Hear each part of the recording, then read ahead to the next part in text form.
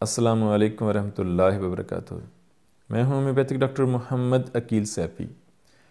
मेरा आज का मौजू है इम्पोटेंसी, एरेक्टाइल डिसफंक्शन या नामर्दी। ये क्या है, इसकी वजूहात क्या हैं और इसका होम्योपैथिक इलाज क्या है, मेरी क्लिनिकल प्रैक्टिस क्या है। तो चलें वीडियो को शुरू करते हैं। इम्पोटेंसी या एरेक्टाइल डिसफंक्शन या नामर्दी ये क्या है, यानी जब एक शादीशुदा मर्द अपनी बीवी के साथ सोहबत करता है, जिमा करता है या इंटरकोर्स करता है, तो उस वक्त उसके पीनस यानी उज़्व ख़ास में तनाव होना चाहिए। अगर वो तनाव नहीं होता या कम होता है या तनाव होकर ख़त्म हो जाता है तो इसको नामर्दी कहते हैं, इम्पोटेंसी कहते हैं या एरेक्टाइल डिसफंक्शन कहते हैं। इसकी वजूहात क्या हैं और इसका ट्रीटमेंट क्या है। देखें, मेरी आप हर वीडियो देखें तो मैं अपनी हर वीडियो में यही कहता हूँ कि किसी भी मर्ज़ या किसी भी अलामत को दूर करने के लिए आपको पहले वजह जानना बहुत ज़रूरी है। अगर आप वजह के मुताबिक उसका इलाज करते हैं, उसकी दवा सेलेक्ट करते हैं, तो आप सही दवा सेलेक्ट कर सकते हैं। वरना अगर ये कहा जाए कि जी नामर्दी के लिए ये दवा बहुत आला दवा है, लेकिन एक बात याद रखें, हर दवा हर मरीज़ पर एक जैसा असर नहीं करती। वो कुछ मरीज़ों पर तो असर करेगी लेकिन हर मरीज़ पर असर नहीं करेगी। और लिहाजा जब हम वजह के मुताबिक किसी का ट्रीटमेंट करेंगे, उसकी बीमारी का इलाज उसकी वजह और उसकी अलामत के मुताबिक करेंगे, तो हम सही रास्ते पर होंगे, सही दवा सेलेक्ट करेंगे और मरीज़ को शफायाब करेंगे। तो लिहाजा मर्ज़ की वजूहात पर गौर करना चाहिए। एरेक्टाइल डिसफंक्शन या इम्पोटेंसी की बहुत सारी वजूहात हैं। मैंने देखा है तकरीबन 50% जो मरीज़ होते हैं उनमें एक बड़ी वजह नौउम्री की गलत कारियाँ हैं। नौउम्री की गलत कारियों की वजह से बहुत ज़्यादा जिस्मानी, असाबी, उज़वी ख़राबियाँ पैदा हो जाती हैं, जिसकी वजह से वो जब शादी के बाद वो इम्पोटेंसी का शिकार हो जाते हैं। या कुछ मर्द ऐसे होते हैं जो शुरू में ठीक होते हैं, जवानी में ठीक होते हैं, शादी के बाद चंद माह या चंद साल तक ठीक होते हैं, बाद में इस मसले का शिकार हो जाते हैं। उनकी वजूहात में अगर देखा जाए तो मुख्तलिफ़ बीमारियाँ हैं। मिसाल के तौर पर शुगर है, ब्लड प्रेशर है, दिल का मसला है, डिप्रेशन है। ये बीमारियां ख़ुद भी इम्पोटेंसी का बायस बनती हैं और इनकी जो मेडिकेशन है, अद्वियात हैं, वो भी मर्द के अंदर इम्पोटेंसी जो है वो पैदा करती हैं। इसके अलावा अगर किसी को ज़हनी असाबी कमज़ोरी हो जाए, हार्मोन्स का मसला बन जाए, ब्लड सर्कुलेशन का मसला बन जाए, खून ठंडा हो जाए, जिगर मैदे का मसला बन जाए, बहुत ज़्यादा लूज़ मोशन रहें, बहुत ज़्यादा पुराना टाइफाइड उसके अंदर है, या उसको सोजाक का मसला बन जाए, उसको प्रोस्टेट ग्लैंड का मसला बन जाए, उसकी मनी बहुत ज़्यादा पतली हो जाए, उसकी मसाने की कमज़ोरी का मसला बन जाए, उसको गुर्दों का मसला बन जाए, तो भी इम्पोटेंसी का जो मर्द है वो इम्पोटेंसी का शिकार हो जाता है। वो अपनी जो इंटरकोर्स है वो सही तरीके से सरंजाम नहीं दे पाता, उसके तनाव में कमी आती है, उसके या एज फैक्टर भी है। बाज़ लोग जो हैं, हर मर्द एक जैसा नहीं होता। बाज़ लोग जो हैं वो 60-70 साल की उम्र तक भी वो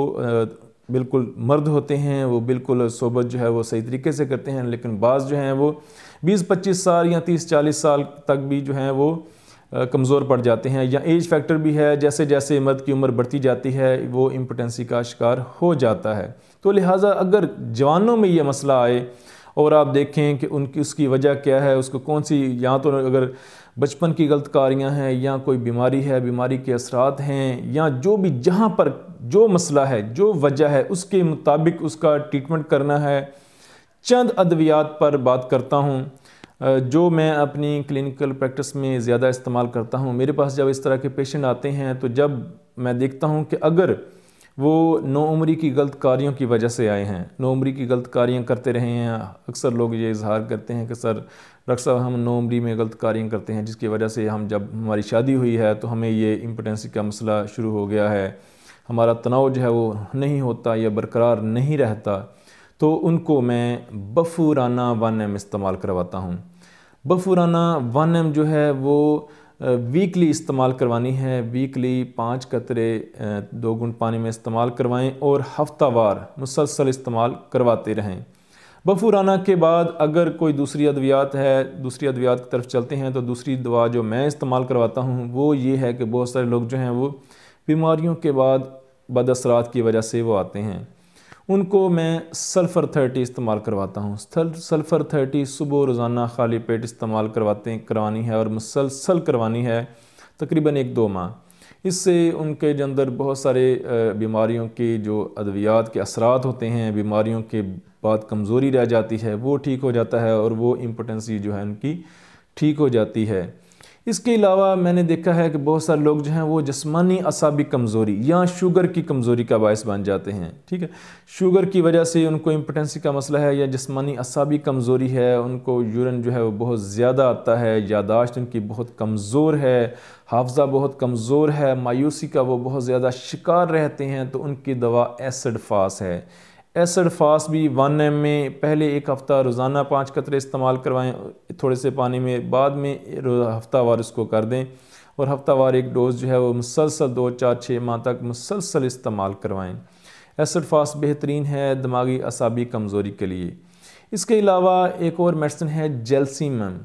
जैल्सीमम उन लोगों के लिए है जो औरत को देखकर कांप जाते हैं, जो जिनके अंदर खुद एतमादी की कमी है, जो बहुत ज़्यादा कमज़ोरी का शिकार हैं, जो अपने आप को कंट्रोल नहीं कर पाते। वो अपना किसी औरत को देखकर या अपनी बीवी के साथ जब सोहबत करते हैं तो अपने आप पर कंट्रोल रख नहीं पाते और वो जो है वो जिस्मानी दिमागी कमज़ोरी का शिकार हो जाते हैं। तो उनकी दवा जैल्सीमम है। जैल्सीमम 200 पावर में रोज़ाना 5 कतरे इस्तेमाल करने से उनका ये जो है मसला वो हल होगा। इसके अलावा एक और दवा है जिंको बाइलोबा। जिंको बाइलोबा बहुत अच्छी दवा है ऐसे लोगों के लिए जो दिमागी कमज़ोरी का शिकार हैं, जिनके अंदर खुद एतमादी नहीं है। जिंको बाइलोबा उनके अंदर खुद एतमादी पैदा करेगी, उनके दिमागी सलाहियत जो है उसको बरोकार लाएगी और दिमागी कमज़ोरी के बाद, क्योंकि मैंने देखा है कि इम्पोटेंसी का शिकार बहुत सारे मर्द जो हैं वो बहुत ताकतवर होते हैं, बहुत फिट होते हैं, लेकिन उनके अंदर दिमागी कमज़ोरी होती है। तो लिहाजा मैं कोशिश करता हूँ इम्पोटेंसी के पेशेंट को दिमागी जो अद्वियात हैं वो ज़्यादा इस्तेमाल करवाने की। जिंको बाइलोबा मदर टिंचर में 10-10 कतरे सुबह दोपहर शाम मुसलसल 1-2 माह इस्तेमाल करवाने से उनका इम्पोटेंसी का मसला जो है वो ठीक होगा। इसके अलावा एक और दवा है जो मैं बुज़ुर्ग लोगों को इस्तेमाल करवाता हूँ, वो है नेट्रम म्योर। नेट्रम म्योर उन लोगों के लिए है जो बहुत ज़्यादा जज्बाती होते हैं, जो जब सोबत करने लगते हैं तो उनकी दिल की धड़कन जो है वो बढ़ जाती है।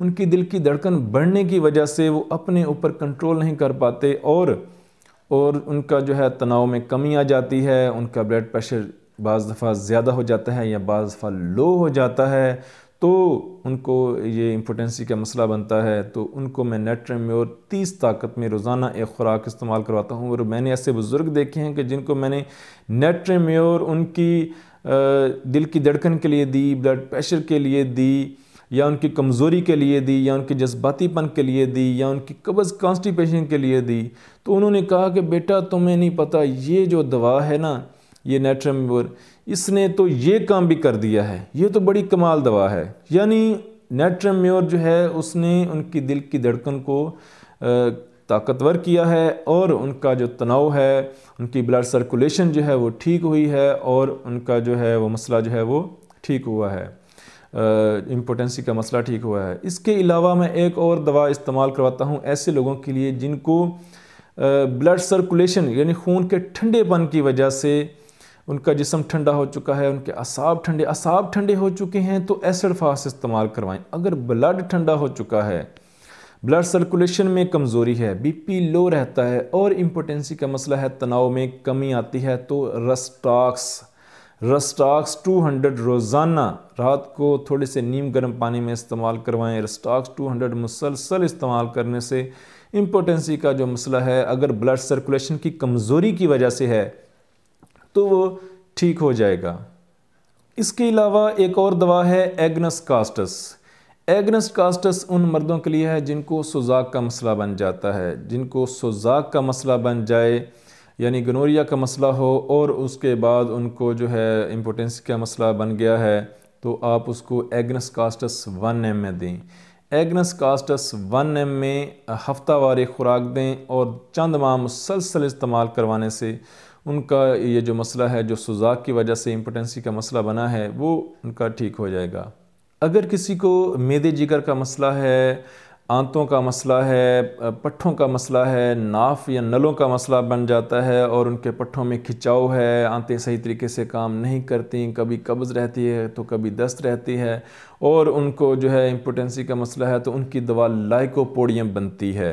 इन सारी अद्वियात के नाम मैं स्क्रीन पर भी शो कर देता हूँ, डिस्क्रिप्शन में भी लिख देता हूँ और ऑनलाइन ट्रीटमेंट का जो मेरा तरीक़ाकार है उसको भी मैं डिस्क्रिप्शन में लिख देता हूँ। अपनी दुआओं में याद रखिएगा। अल्लाह पाक आसानियाँ अता फरमाए और आसानियाँ तकसीम करने का शर्फ अता फरमाए। अस्सलामु अलैकुम।